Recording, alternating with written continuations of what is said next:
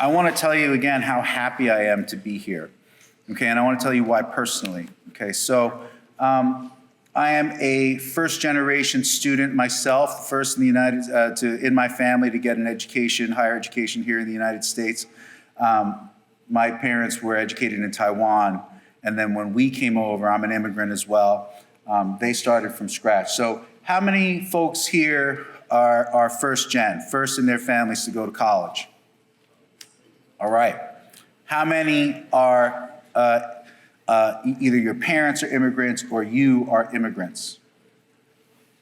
Okay, great. Being a person of color, being an immigrant, being first gen, this matters. It matters in our experiences, it matters in our lives, it matters in our journeys.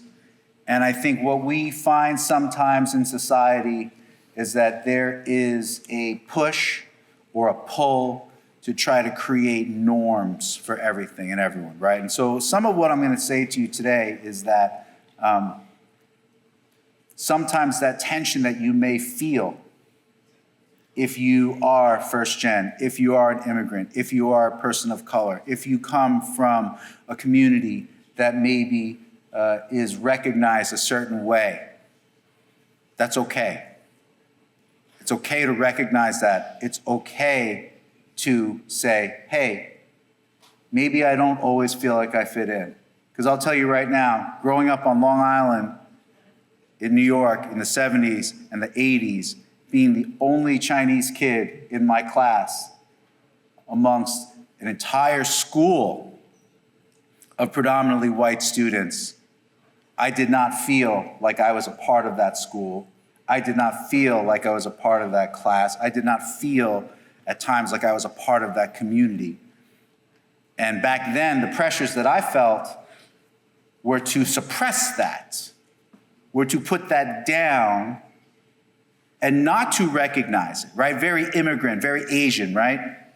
Keep your head down, keep your mouth shut, don't make trouble, don't cause problems, just work, just try to fit in. And it's taken a long time in my life to get to a point where I can say to you, hey, you know what? Fitting in ain't all that sometimes, okay? And it's okay to feel like you're not always going with the primary ebb and flow, all right? This program here, I wish I had had a program like this when I was in middle school or when I was in high school, especially for a kid like me who didn't quite understand what was going on every single time I was out in the world.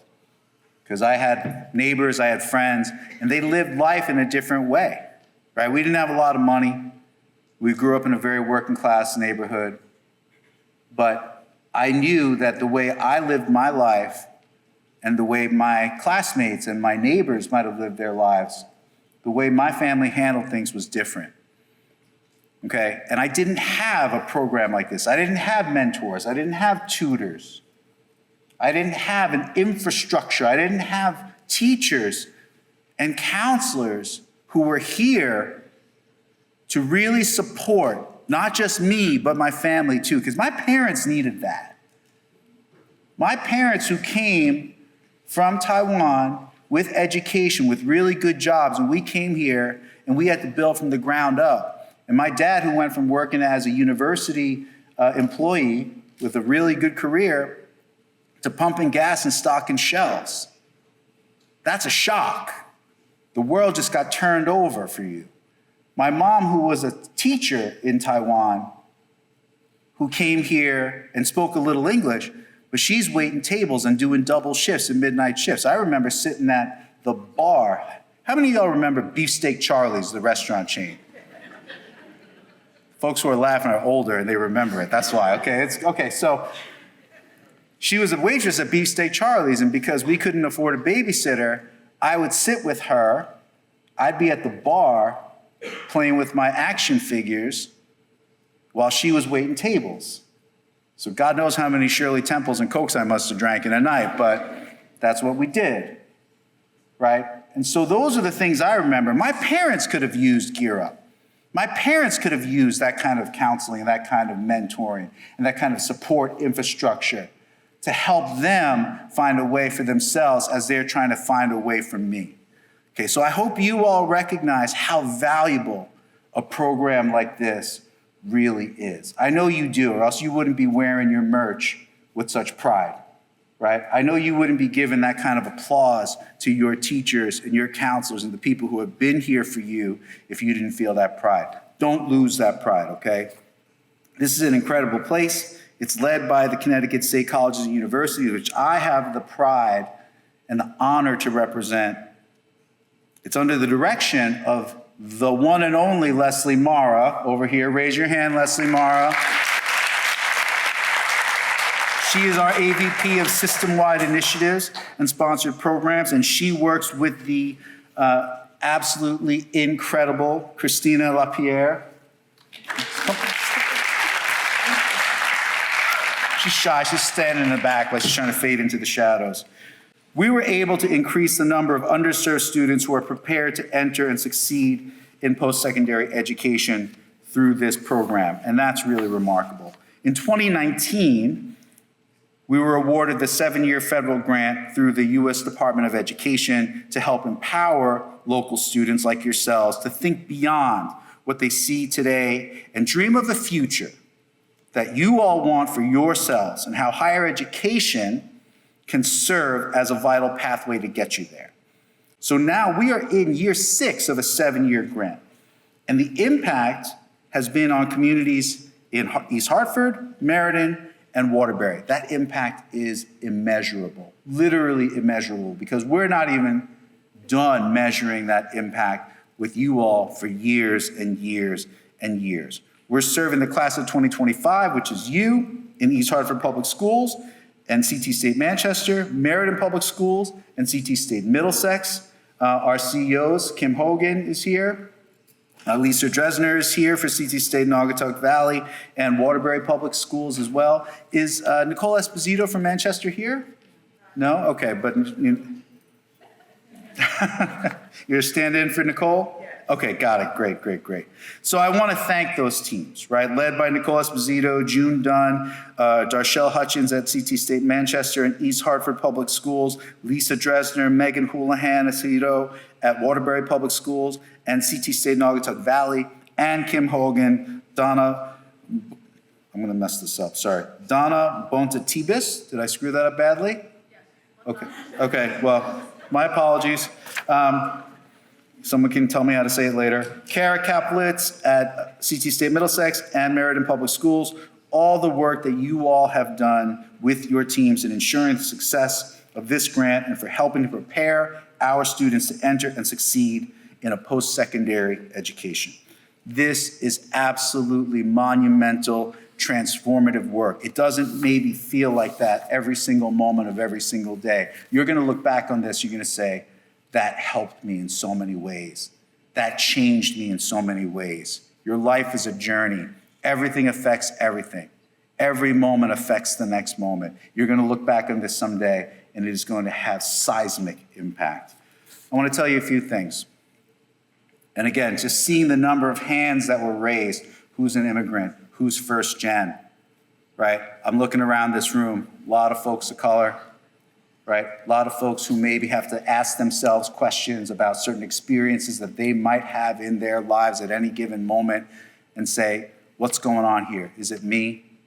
I love this work that I do, that I have the honor and privilege to do, because I feel family in these types of environments, and it reminds me, seeing all the students here, this is why we do what we do.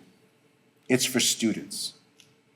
It is for students to lift their lives. There is no greater rocket ship for folks like you, for folks like me, to lift up their lives than higher education. And I don't care what the national narrative is. I don't care what the political narrative is. I don't care how many people are out there on television saying, go get a job, you don't need higher education. Just get a certificate, just get a credential, make 20 bucks an hour. It's fine. It's not fine. When you're 25 years old, maybe you can make it on 20 bucks an hour for a little while. I don't think you can. Try it when you're 35. Try it when you're 45. Try it when you're trying to rent an apartment, buy a car, start a family, raise a kid. Try 25 bucks an hour then. The jobs of today and the jobs of tomorrow need you to be the sharpest and the best that you can be. Nothing will get you there stronger and faster than higher education. I'm going to tell you a few things, and I promise I'm going to stop talking. Number one, here's my advice. Be confident. Always be confident. There are so many forces in the world that are going to tell you, they're going to tell folks like you, that are going to tell folks like me, that you don't belong. They're going to try to rattle you. They're going to try to shake you. They're going to try to make you feel insecure. And in those moments, I want you to look at your friends, I want you to look at your family, I want you to look at your teachers and your mentors, and I want you to talk to them and ask them questions. You are never going to be too old to have that support network around you. Use them. That's what they're there for. They want to be there. So when you feel crazy, you check in with that crew. And they're going to tell you, I'm not crazy. And they're going to build that confidence up. You're going to need that confidence. These opportunities ahead of you, I'm going to encourage you to always believe in yourself, to have confidence, and be aggressive. Don't let people tell you that there's something that you cannot do. I have had people tell me my whole life what I can or should be, what I can or should do, what type of job I should have, how high I should go. Don't believe them. You got to trust your instincts. It's in your heart, it's in your head, it's that little voice. You got to trust that. You got to have the confidence to trust that. Don't hold yourself back. There's too much in the world that is going to be there trying to hold you back, whether it's intentional or not. There are forces in the world that want to hold you back. Don't let them. You see that job you want, you go for it. You work, you do it with integrity, but you go for it. Don't tell anyone, don't let anyone tell you that you cannot do something. You belong, guys. You have to believe that in your heart, in your soul. You belong. I belong in this room. I belong in this space. I belong in this pool competing for this job.